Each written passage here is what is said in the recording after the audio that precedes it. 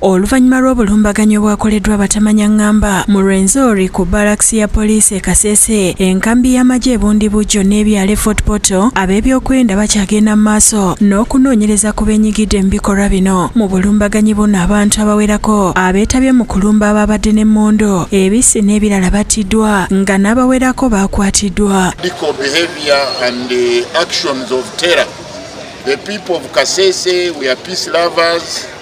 We want to say we condemn this action. Kati omwogezi wa poliisi mu ggwanga Kituma Rusoke mu lukuŋŋaana lwa bannamawulire olutuuziddwa e Nagolo ategeeza nti tasobola kwogera ku muwendo mutuufu ogw'abantu abaafudde n'abaakoseddwa kuba ebikwekweto bikyagenda mu maaso. Operations zonna waweza abadde ziri. So information gye mwafunyeeko mugende neeyo, naye nga ffe nze ng'omwogezi omutongole owa poliisi tujja kuba wa information esembayo nga tumaze okusunsula mu bantu betuli okukola interrogations kubo n'okusunsula okulala kwonna ku operation eno. Rusoka akubiriza abantu ba bulijjo okukomya okutwalira amateeka mu ngalo, n'ategeeza nti abalabikidde mu katambi nga bakuba bamu ku balumbaganyi baakukwatibwa. Amateeka mu ngalo nti wabaawo omuntu yenna we bateebereza bategeeze security, ffe tujja kugezaako okulaba nti omuntu tumuyina ate tumutwala mu kaduukulu kaffe n'ebirala ebikwatagana amateeka bijja kweyongerera okwo. Asabye abantu mu bitundu awabadde obulumbaganyi okuli Kasese, Bundibugyo ne Fort Portal okudda ku mirimu gyabwe kuba embeera yazedda mu nteeko.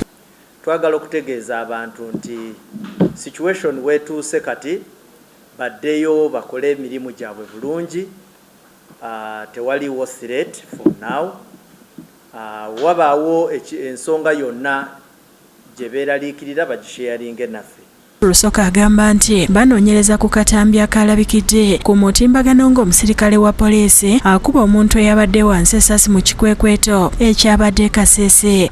Aba officers baffe bakatekinze on for analysis, then bajja kutuwa guidance ku kinaddako.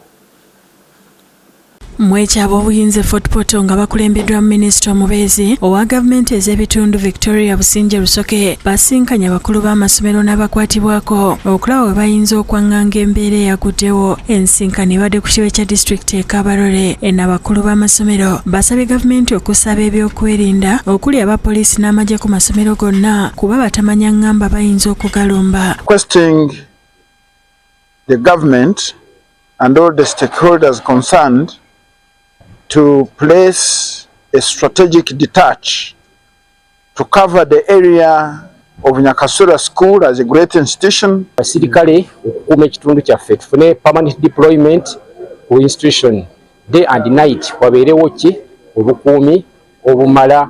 Olukiiko ono luyitiddwa okulaba bwe bayinza okunyweza ebyokwerinda mu bifo eby'olukale omuli n'amasomero. Omuduumizi wa poliisi e Kabalole Pius Bihembo abategeezezza nti okussa ebyokwerinda ku buli ssomero kiyinza okuba ekizibu naye bagenda kulaba bwe bakisalira amagezi.